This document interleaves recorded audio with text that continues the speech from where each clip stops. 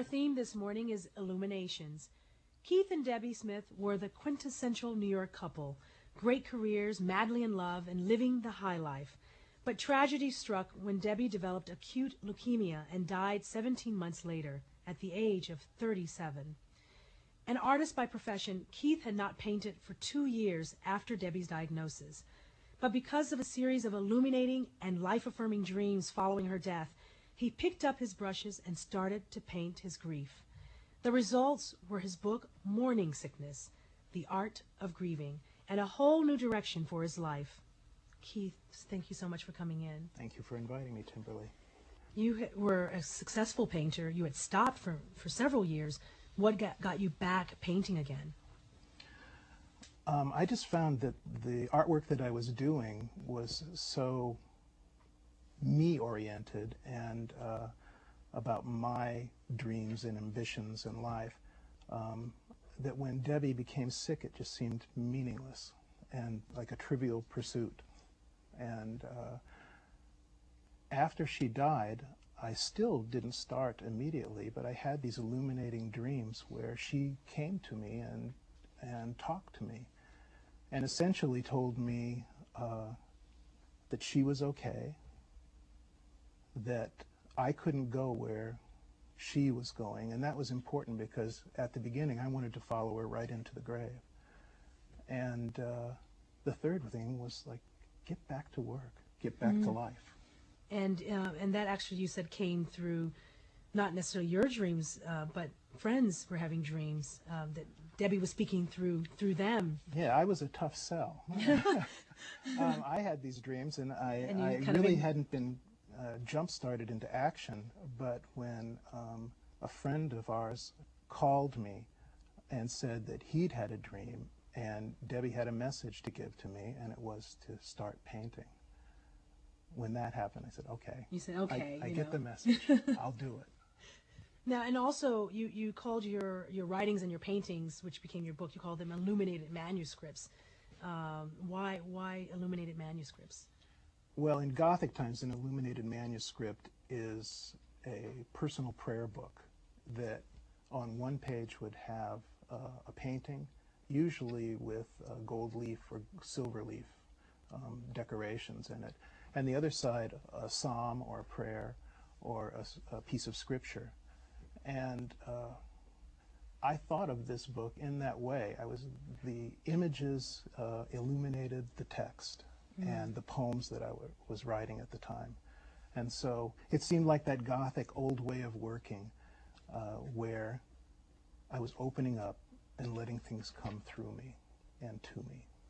And speaking of poetry, you had never written poetry before, never written poems, never even thought about it. So where did that inspiration come from? All of a sudden, I felt really moved to do this. And they came almost like automatic writing.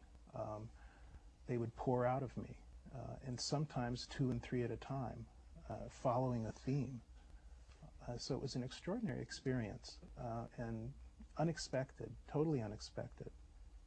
And how did your paintings change from before Debbie had died to, I know they were very different. Describe what your work was like then and what it's like now, and we have one here, and you could talk a little bit about this one. Well, my paintings prior to Debbie's death were very colorful, all primary colors, reds, yellows, greens, full intensity. And when Debbie died, as I said before, this felt totally meaningless to me. And when I started painting again, I didn't use any color.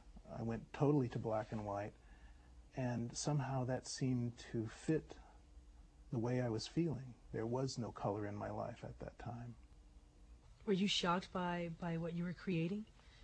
Yeah, I actually hid it for a while. I wouldn't let my friends see it, and then finally when I let them in, they'd go, "Oh my goodness, what's happening to you?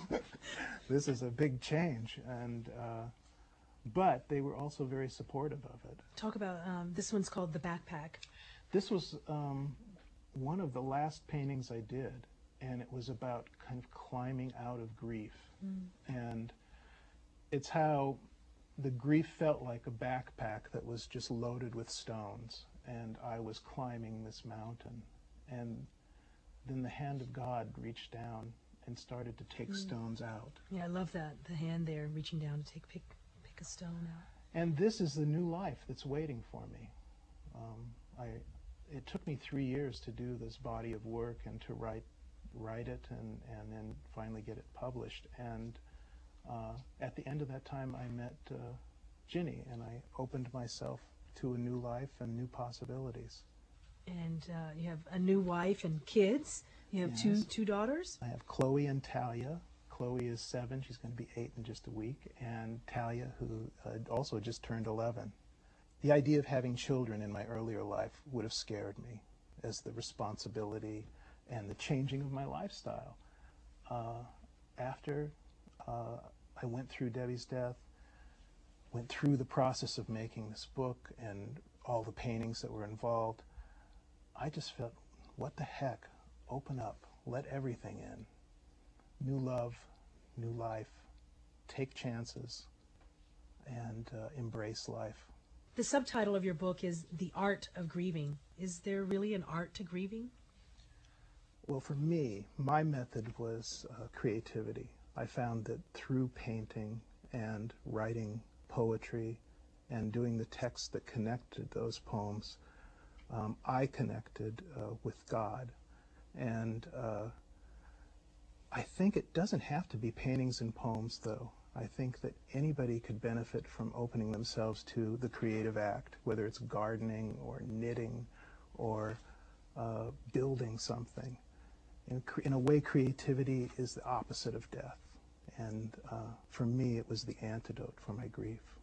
Thank you so much, Keith, for coming in and sharing your personal story. And I love the book, and I told you one of my favorite poems in here is The Coming and Going.